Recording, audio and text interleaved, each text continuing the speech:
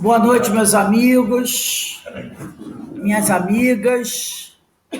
Estamos todos aqui na Sociedade de Estudos do Espírito Francisco de Assis para mais uma noite de estudos.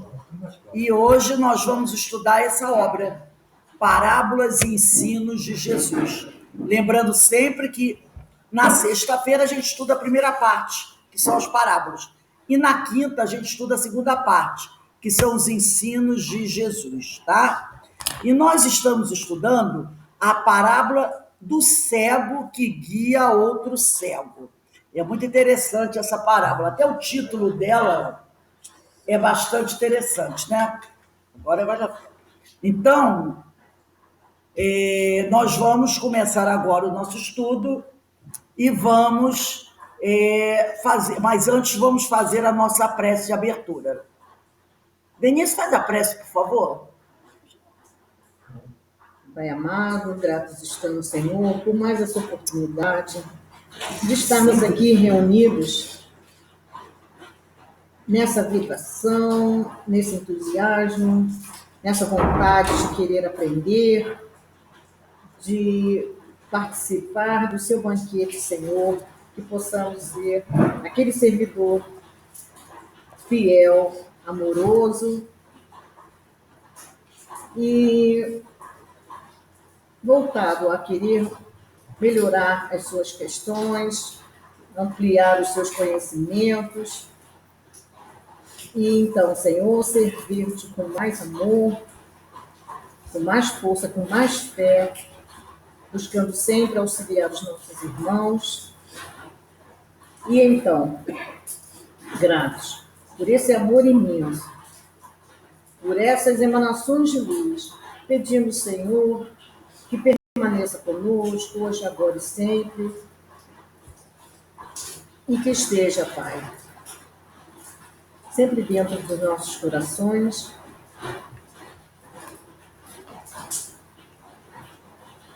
E pedimos também ao nosso Mestre Jesus a companhia constante nesse nosso caminhar.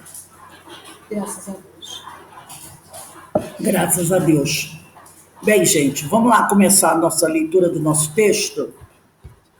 Nós estamos nesse parágrafo que inicia assim: imaginemos agora, né?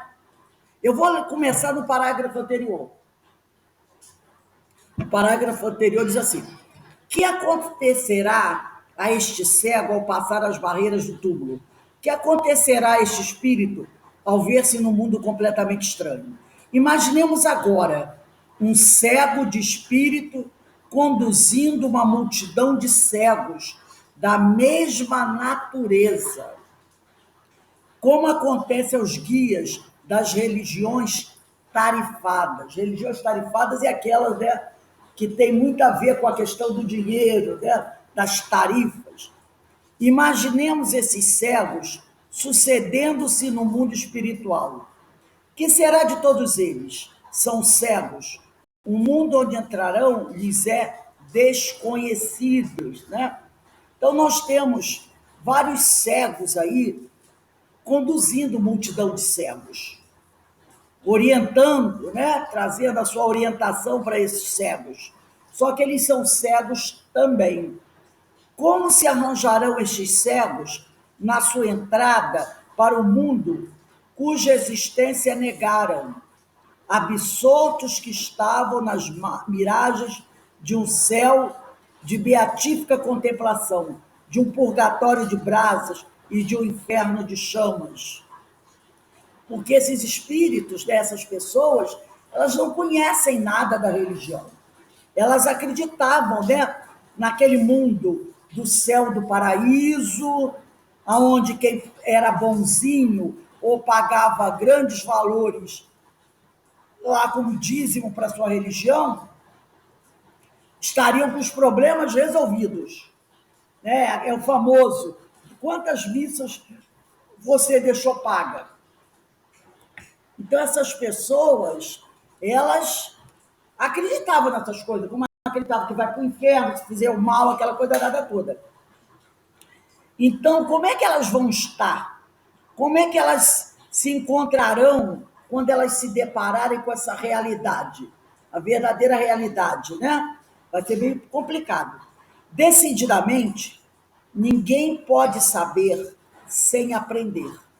Ninguém pode aprender sem estudar. Assim como ninguém pode ver sendo cego.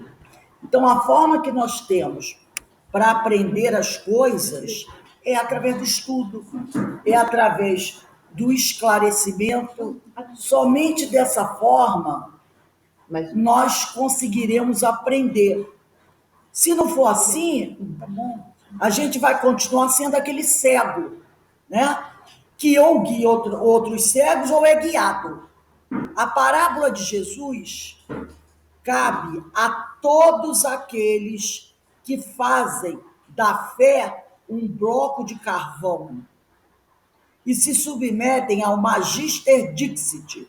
Esse Magister Dixit quer dizer, disse-o o mestre, sem análise, sem estudo, sem exame. Então ele diz que essa parábola de Jesus, ela é para todos aqueles que fazem da fé um bloco de carvão e para todos aqueles que dizem assim, sim, sim, foi assim que disse o mestre, então eu vou seguir. E esse mestre não é o mestre Jesus, não. É aquele que cego que ele segue. Tá? Assim disse o patrão, assim disse o mestre. E eu não vou contestar, eu não vou interrogar, eu não vou dizer, oh, peraí, mas isso aí não está legal. Eu simplesmente vou dizer, sim, senhor, é o Magister Dixit, disse o mestre. Sem análise, sem estudo, sem razão. São aqueles que se submetem a isso. O que ele falou está certo e eu não questiono. Né? Um cego, diz o Caibá, não pode guiar outro cego. Um ignorante do mundo espiritual não pode guiar as almas que para aí se encaminham.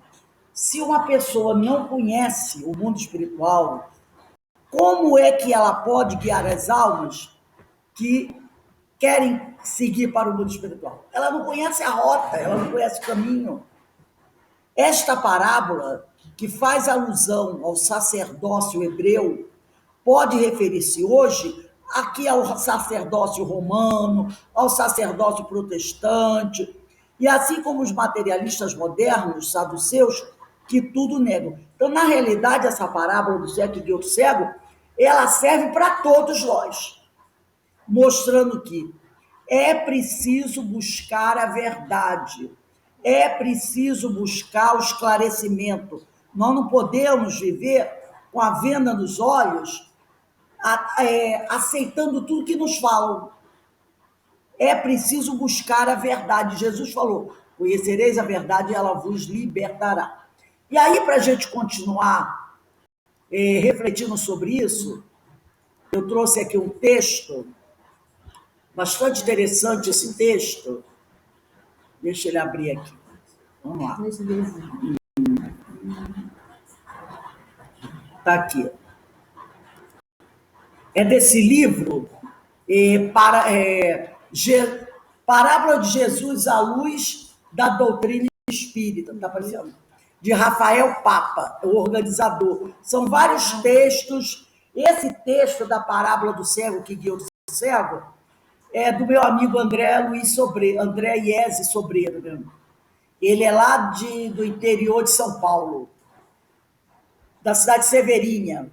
Então, essa parábola do cego que guia o cego está lá em Lucas, capítulo 6, versículo 39 a 45, e Mateus, capítulo 15, versículos de 12 a 14. E o André, ele vai dizer assim, por que a referência a um cego guiando outro cego? Ele fez um estudo dessa parábola.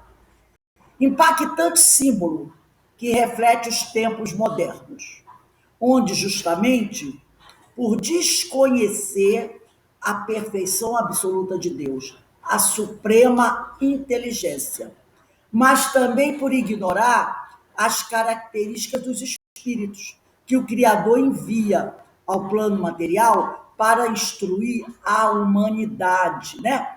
Então, essa parábola, ela é um símbolo, né? que reflete nos tempos atuais essa questão do desconhecimento que a humanidade ainda tem de Deus, dessa suprema inteligência, né? E ignora também as características dos espíritos que o Criador constantemente, né, envia ao plano material para nos instruir. Então, a gente tem aí, quantos nós não já tivemos? Né? Emmanuel, doutor Bezerra, Caibá, Manuel Filomeno de Miranda, que foi um médico, né?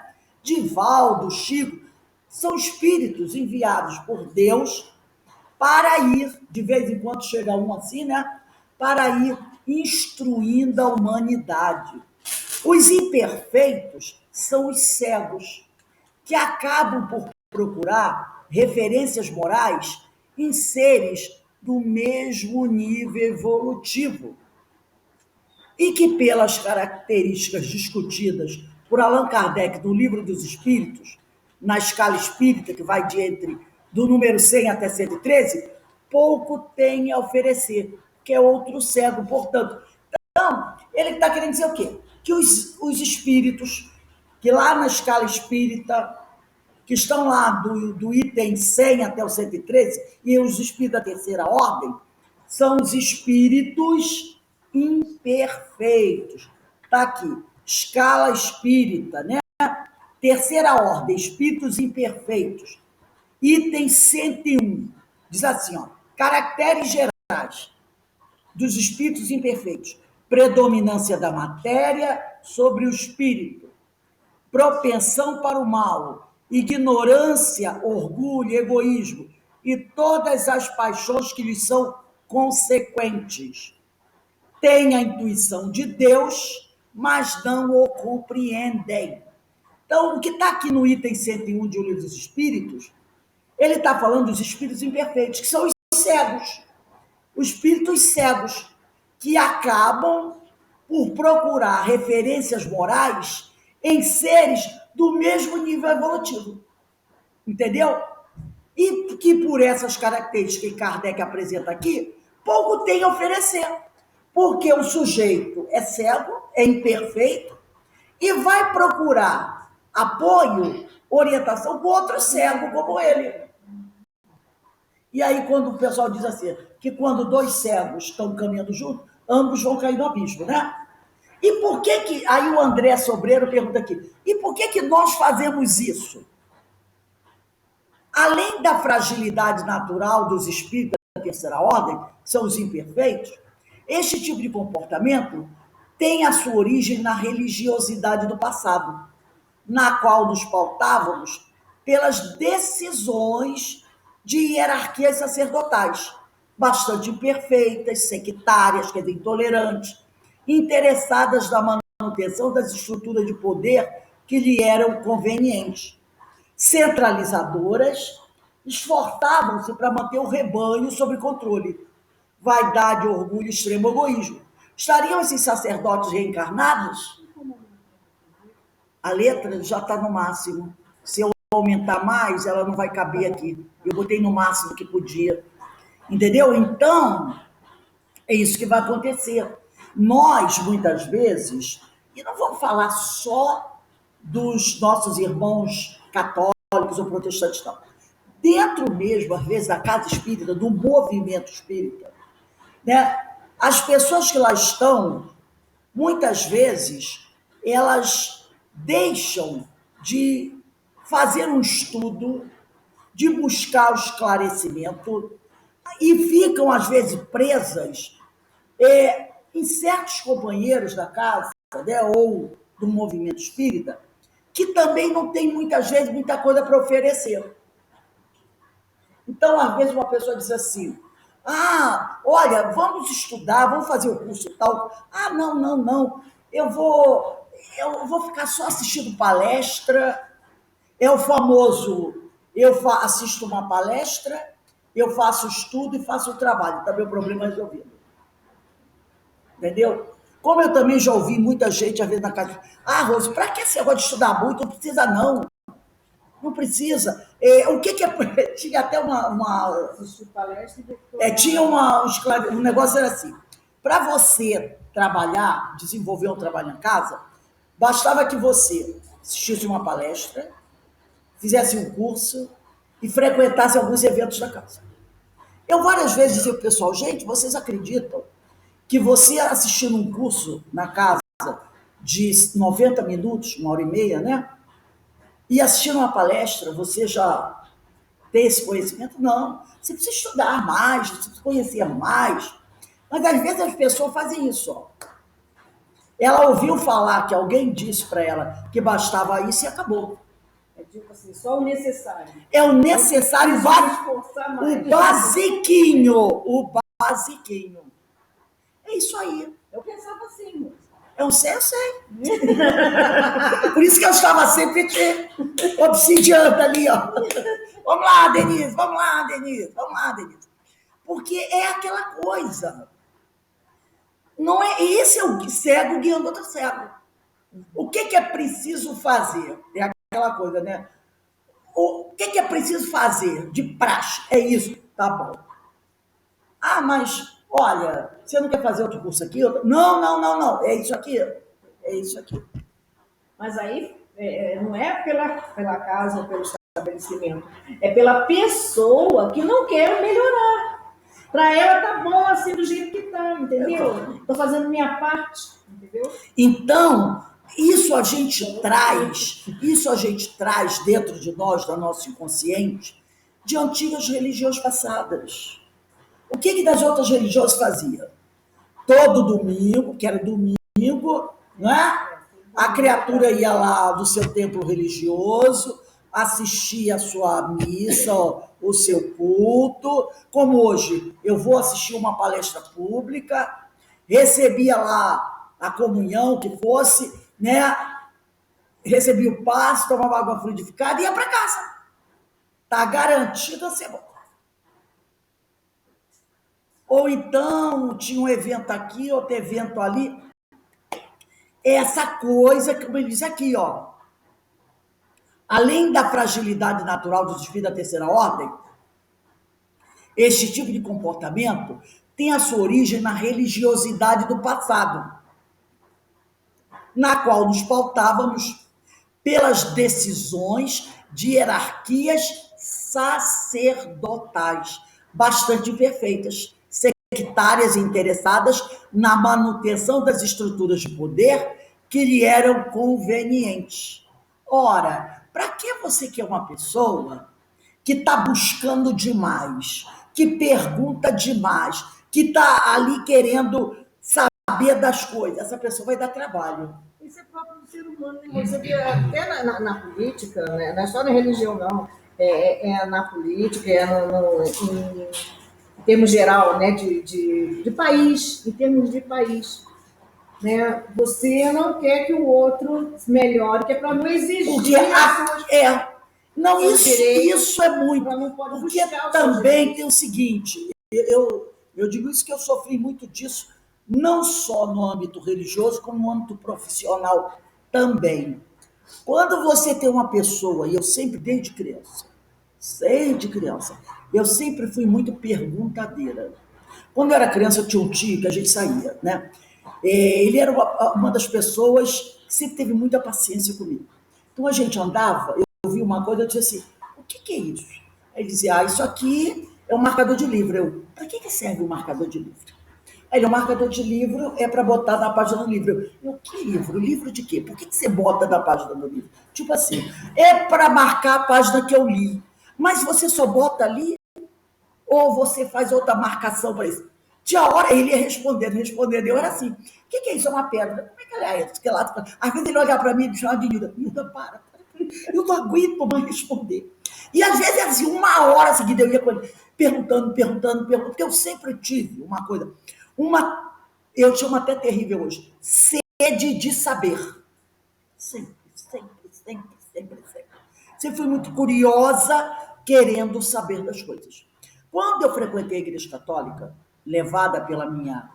Na infância eu já tinha passado pela igreja católica, já tinha visto o espiritismo, né? Mas quando eu conheci a minha sogra e tudo mais, ela me levou para a igreja católica. E o pessoal ia à missa, e eu na minha cabeça, eu disse, mas eu não quero só assistir missa. E aí eu comecei a frequentar cursos, a querer fazer curso, estudar aqui. Aí eu comecei com as minhas perguntas que incomodavam dentro da doutrina católica. Tem perguntas, história do Adão, aquelas coisas, né? Que no senso comum não caía na minha cabeça. Então não dá para explicar isso. Até que um dia eu me peguei me forçando a aceitar uma ideia. Foi da questão da infalibilidade papal. Que eu peguei um livro católico, li, explicando por que o Papa era infalível. Porque ele estava ligado a Pedro, que foi o primeiro Papa, aquela história. Né? E aí, eu li aquilo no livro e lá na igreja falaram, não, é descendente do Papa, e como o Pedro era infalível, o Papa é infalível, porque ele é da linhagem de Pedro, aquela coisa que nós estudamos aqui, que não se justifica. E eu fui para casa, eu me justificando para mim, eu mesmo. Na verdade, o Papa é infalível, porque ele é do Pedro, não sei o que lá, aquela coisa. E depois, passado o dia, eu disse, peraí, não dá. Eu estou criando algo que eu não acredito. Aí eu comecei a ter problemas, me afastei, e depois conheci a doutrina, e quando eu conheci a doutrina, o que eu comecei? Eu frequentava a casa espírita de segunda a domingo. Eu fazia todos os cursos da casa, quem me conhece sabe. E também, né, lógico, convidava os meus asseclas, alguns estão por aí, era ali, tem que estudar, tem que estudar, tem que estudar, estudar. E aí eu comecei a comprar livros e ler, aquela coisa toda. Porque, né, eu queria descobrir as coisas, conhecer as coisas, e eu não aceitava essa coisa do faz um só.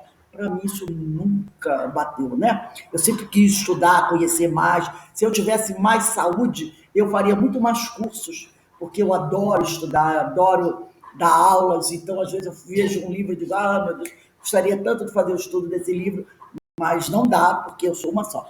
Então, eu também tenho que ver a questão da minha saúde, essas coisas. Mas existem forças que são centralizadoras. Eu conheci isso. Fica quieta aí, para por aí, não vai mais, não vai mais. Quando chegava a época de planejamento, era o sufoco, né?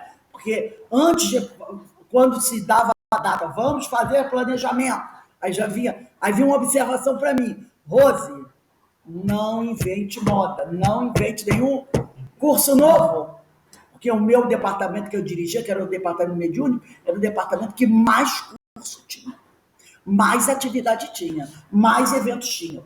Eu ia angariando amigos para, né? E o Ceia trabalhou muito comigo nesse ponto. E todos os companheiros também. Mas toda vez que chegava o planejamento, eu já levava um planejamento. Apesar de eu não fazer, eu trazia um planejamento e já trazia ele pronto. Porque se pedia assim, se você for levar um planejamento, faça um rascunho. Eu não levava rascunho, porque rascunho você pode dizer não, mas eu já levava pronto. Aí quando olhava assim, né, ele olhava, Rose, eu falei para você não fazer, mas está tão bonito, vai, bota isso aí. Aí há mais um curso, porque eu sempre gostei muito disso. Mas existem, não é o caso dele, né? Mas existem forças que não querem que você faça, que você cresça, porque é muito mais fácil você conduzir o rebanho, entendeu? É mais fácil. Isso em todas as coisas, né? Todas as coisas. Então, isso aqui, trazendo essas reflexões para os tempos atuais, ainda percebemos em nosso comportamento esta dependência. Estamos sempre procurando alguém, muitas vezes, que nos diga o que fazer, de que modo agir, qual caminho trilhar. Por consequência, muitas vezes, acabamos criando as relações de dependência. Porque às vezes nós, né, algumas pessoas têm essa dificuldade de se lançar. Mas você sabe, né? Como um ser humano é assim, bem tranquilo, se não tiver um limite, o mínimo, se não tiver um mínimo, ele não faz nada. Ele não faz nada. Exatamente. Então você às vezes tem que impor o mínimo. Quando eu fazia no departamento, eu dizia o quê? Pelo menos tem que ter 75% de presença no trabalho, 70% de presença no curso. Tinha gente que tinha dificuldade, né, de fazer isso, né? Tem que ter pelo menos um mínimo, um curso, um evento, uma palestra pública. Então, tinham pessoas que se colocavam no limite. limite. No limite, exatamente. Ela não conseguia ir à frente. O que a gente tem que fazer é buscar mais. É o que eu dizia mais, para né? os meus alunos. Eu sempre disse para os meus alunos assim, todo o trabalho que eu fazia para eles, eu fazia pela excelência. Não vou dizer que eu conseguia fazer trabalho de 100%, mas eu buscava os 100%. E dizia para eles, se você fizer um trabalho, eu vou fazer um trabalho de 70%, teu trabalho vai sair a 40%. Então você tem que jogar lá em cima para você conseguir um 80%, um 90%. Então, se você se contenta com o mínimo, daqui a pouco você vai ver que você está fazendo abaixo do mínimo. Entendeu? Então você tem que se lançar sem medo. O máximo que vai acontecer é uma hora não dar certo. Aí você começa de novo. Ou alguém dizer para você não, mas o não já te pertence mesmo. Então você tem que se lançar, você tem que. Eu sempre pensei assim, você tem que ser atrevido, você tem que buscar. Então é isso aí. Mas tem pessoas que não conseguem, tem medo do que vão falar, não sei, né? E ficam ali com dificuldade de seguir à frente, né? Então precisam sempre ter alguém direcionando. Alguém direcionando. Aí ele diz assim, tem uma tensão aqui, né? Poderíamos nós, tão imperfeitos quanto ainda os somos, servir de guias para outros imperfeitos? Teríamos condições morais de conduzir? Deveríamos estar procurando referências em cegos, assim como nós? Eu tenho, né? Desculpe estar falando de mim assim, eu tenho como referência Paulo de Tarso. Eu adoro Paulo de Tarso. Paulo de Tarso, para mim, tem aquele lema, devo sim, pago quando puder. É a minha referência Paulo de Tarso. Por quê?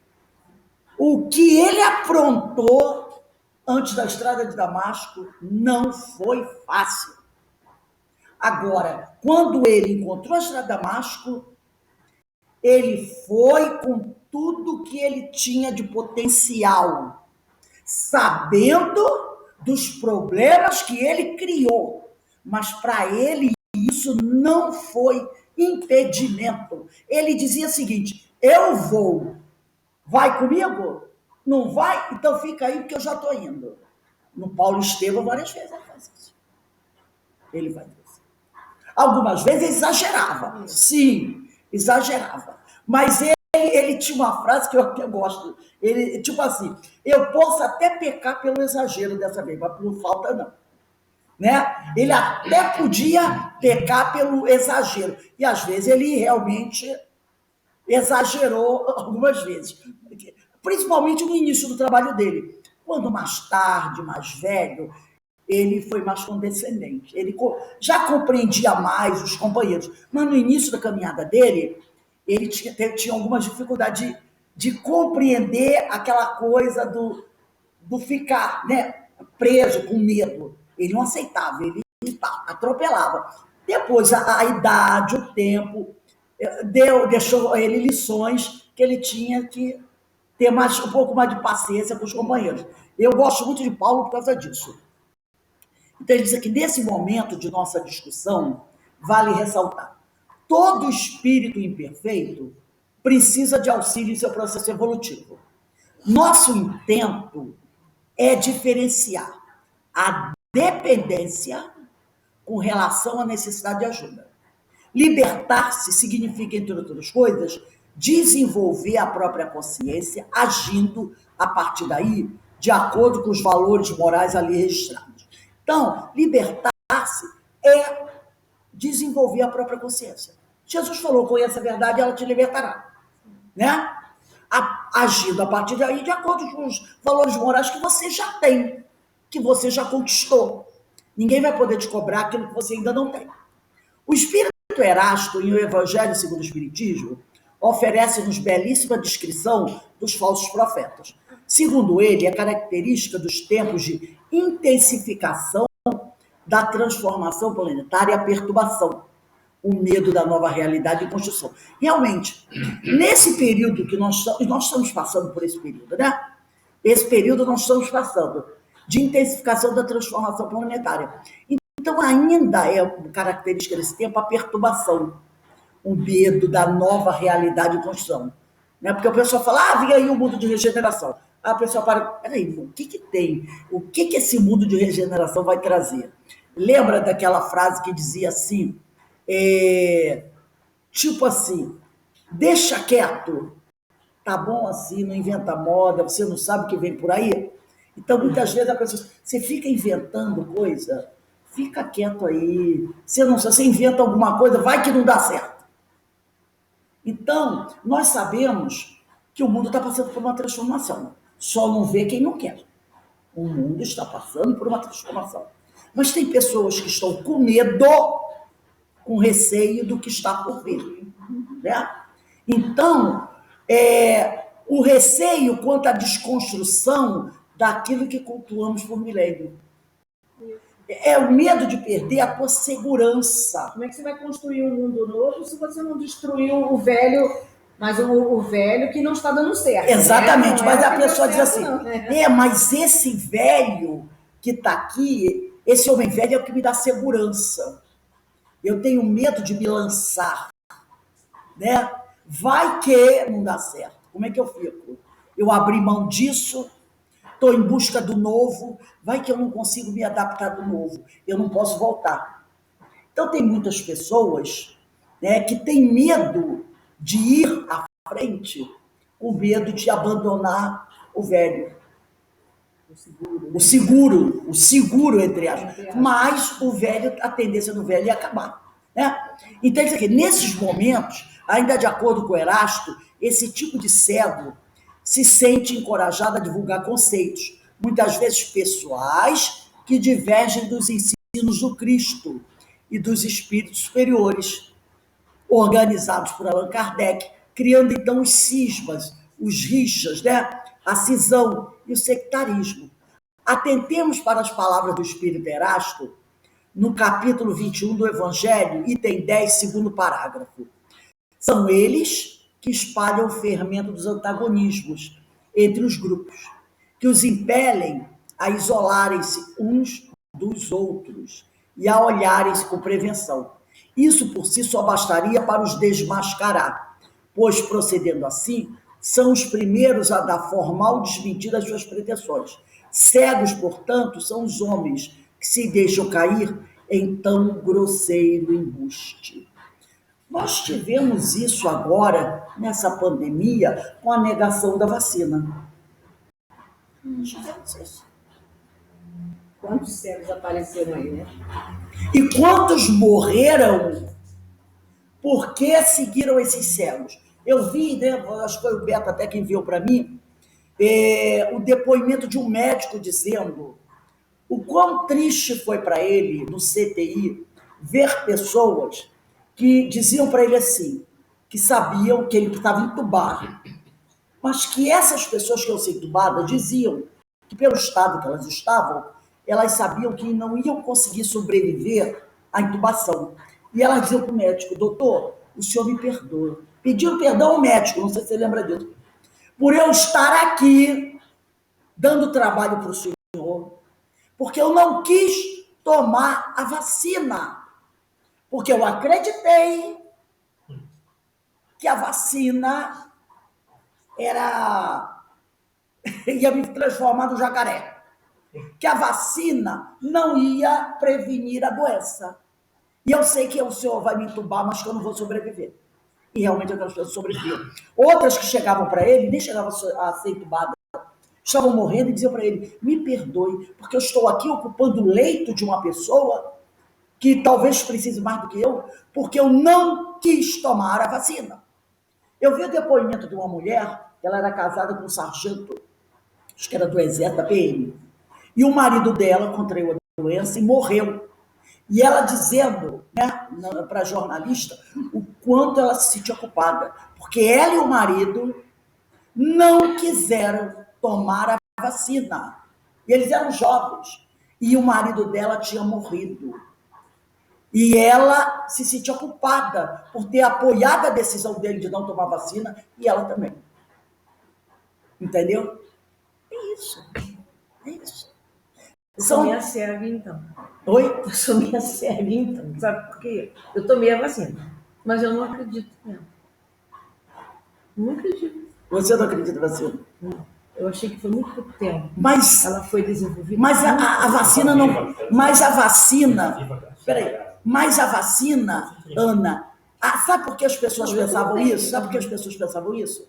Porque elas acreditavam que essa vacina ela estava sendo iniciada do zero. E não. Já existiam outras vacinas de outros coronas na ciência, dos laboratórios.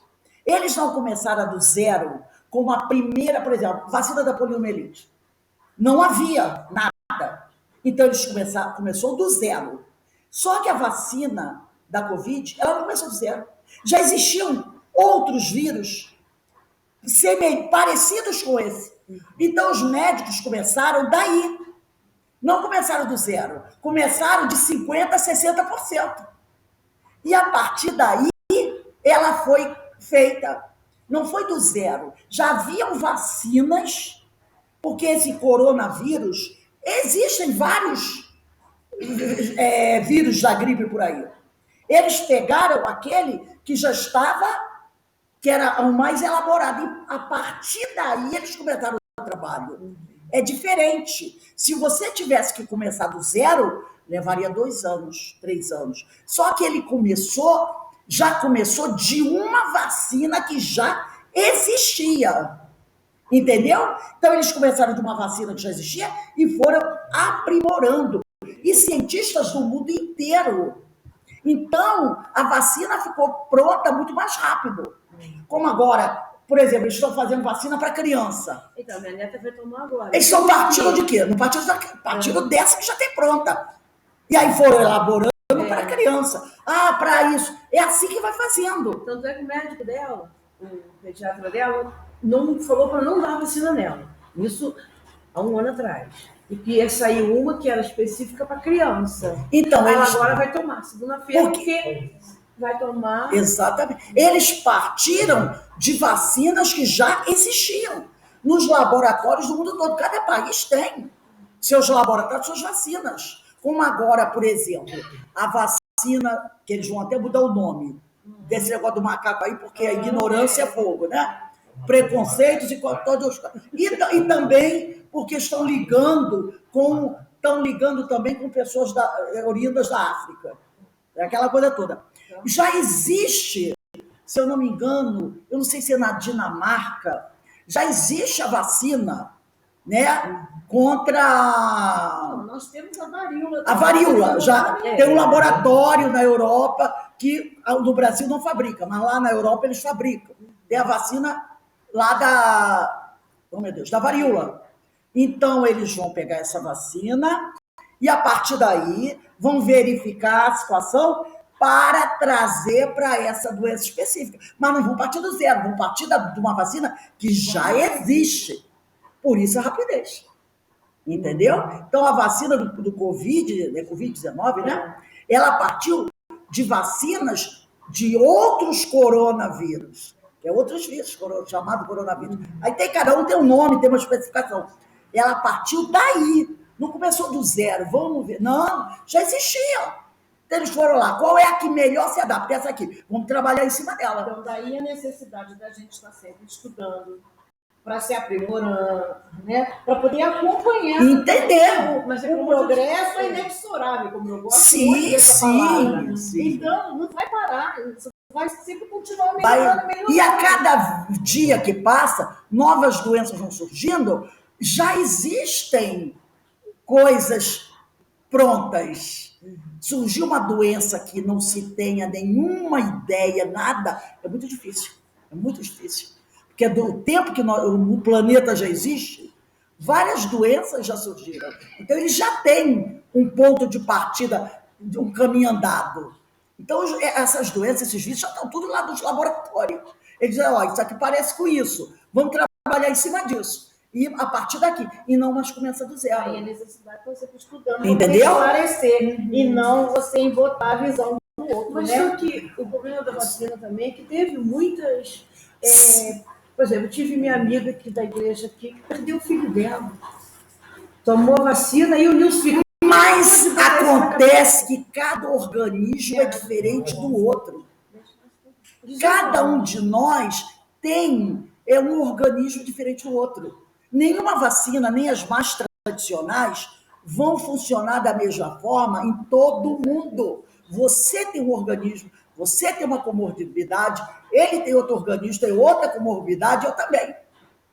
Então, nós não somos iguais organicamente. Cada um tem um organismo. A vacina, por exemplo, tem gente que tomou, eu só tive reação na primeira dose, depois não tive mais. Nós tivemos até experiências anteriores, de vidas anteriores, outras experiências, outro tipo então, de caminho. Nós somos organismos diferentes. Em algumas pessoas podem não reagir.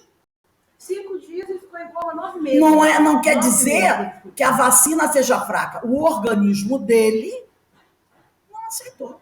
Por algum motivo, alguma comorbidade que ele tinha. Já outro aceitou. Então, você não pode julgar um caso. Somos diferentes. Né?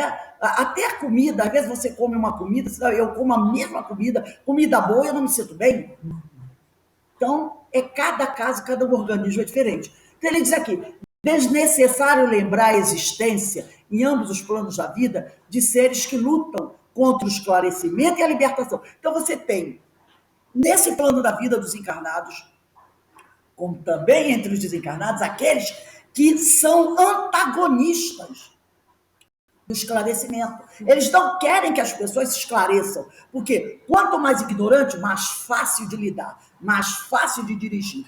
Manter os povos e os seres sob controle, manutenção do poder, manipulação, né? E essa é a ideia de muitos, almejando a glória por terem sido os mentores do sucesso e nenhuma responsabilidade caso o fracasso ocorra. Se deu certo, parabéns para mim. Se aquilo que eu fiz deu certo, parabéns para mim. Se deu errado, eu não tenho culpa. Se me seguiu porque quis. Essa é a ideia, né, de muitos.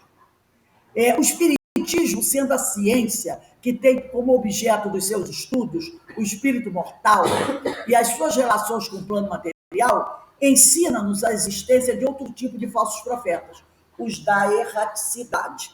Tem muito falso profeta desencarnado.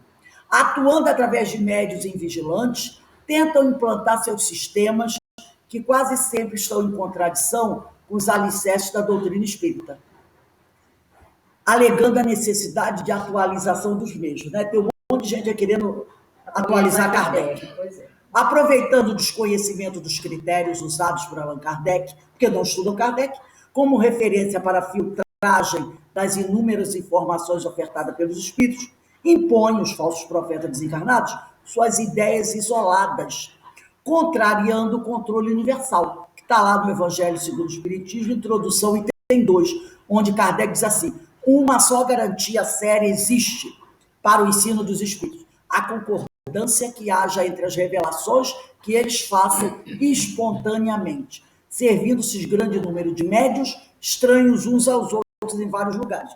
Não é porque um espírito falou que eu aceite. Não, eu vou aceitar se vários espíritos falarem a mesma coisa. Essa é, né? Quem seriam, então, as referências seguras? Como identificar aqueles que Deus tem enviado para nos ensinar? Principalmente pelo exemplo. No Livro dos Espíritos, questão 624, diz o seguinte: qual o caráter do verdadeiro profeta? Daquele que está trazendo a verdade. O verdadeiro profeta é um homem de bem, inspirado por Deus. Podeis reconhecê-lo pelas suas palavras e seus atos. Impossível é que Deus se sirva da boca do mentiroso para ensinar a verdade.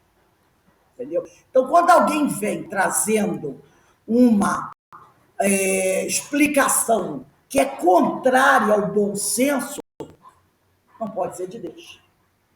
A resposta dos Espíritos, confirmando as palavras do Cristo, quando nos ensinou que conheceríamos a árvore pelos frutos, está lá em Mateus capítulo 7, versículo 16, ensina-nos a avaliar com atenção a conduta daqueles a quem escolhemos para orientadores, e muitas vezes fazem-se de gurus. Recorramos novamente a Erasto, no Evangelho, capítulo 21, item 9, segundo parágrafo. Para fazer que a humanidade avance moralmente e intelectualmente, são precisos homens superiores em inteligência e em moralidade. Não adianta ser só inteligência. Tem que ser inteligência e em moralidade.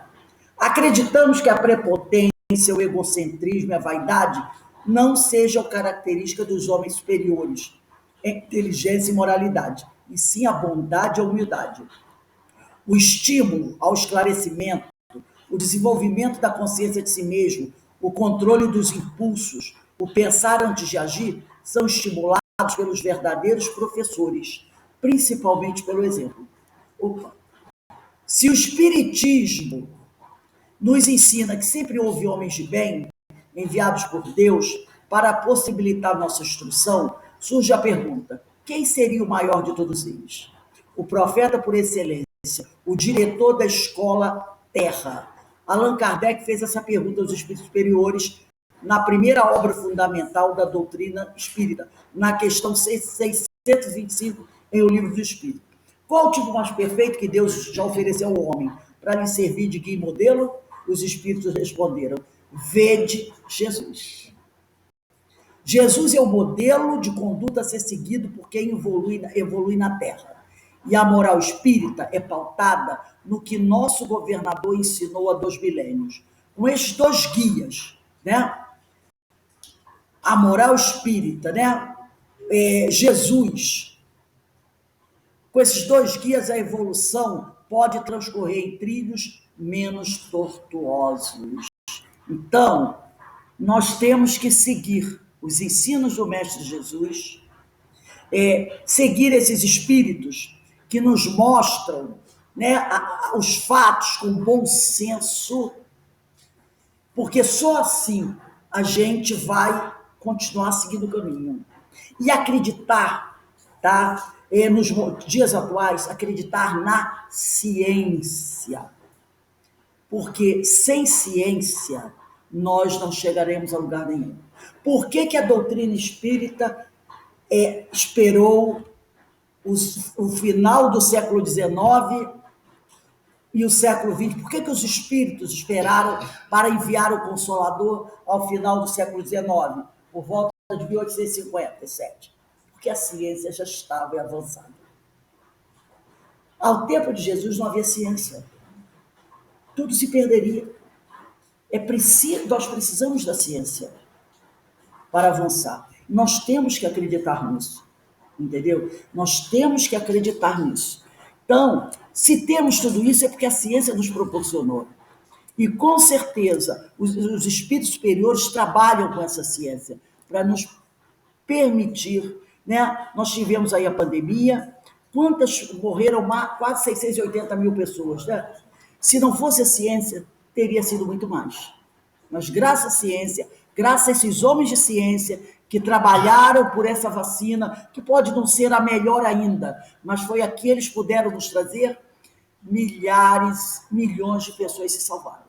Então, que a gente acredite nisso e continue mantendo essa fé, porque só no chazinho não dá para levar, não dá. Alguém gostaria de falar alguma coisa antes da gente encerrar? Tânia, Alberto, Márcia? Aí a gente viu hoje, né, nesse nosso estudo, que a religiosidade do passado, né, ela se pautava assim no que alguém ia nos dizer e fazer, como agir, né? E hoje a religiosidade se pauta no desenvolvimento da nossa própria consciência, na autonomia, no caminho de Deus, que a gente pode, por conta própria. Quando Lutero questionou aquela estrutura antiga da Igreja Católica e tal, ele disse que não precisava do intermediário. Exato. Então, ele criou uma forma de se colocar a palavra de Deus sem a necessidade de um intermediário. E, no passado, essa religiosidade tinha quem dissesse como agir, como se proceder, como a moral era moldada, né? Exato. E hoje não, é desenvolver a consciência, buscar o Deus que está dentro de nós, e a doutrina nos oferece isso, né? Olha aí José Herculano Pires na nossa aula passada, né?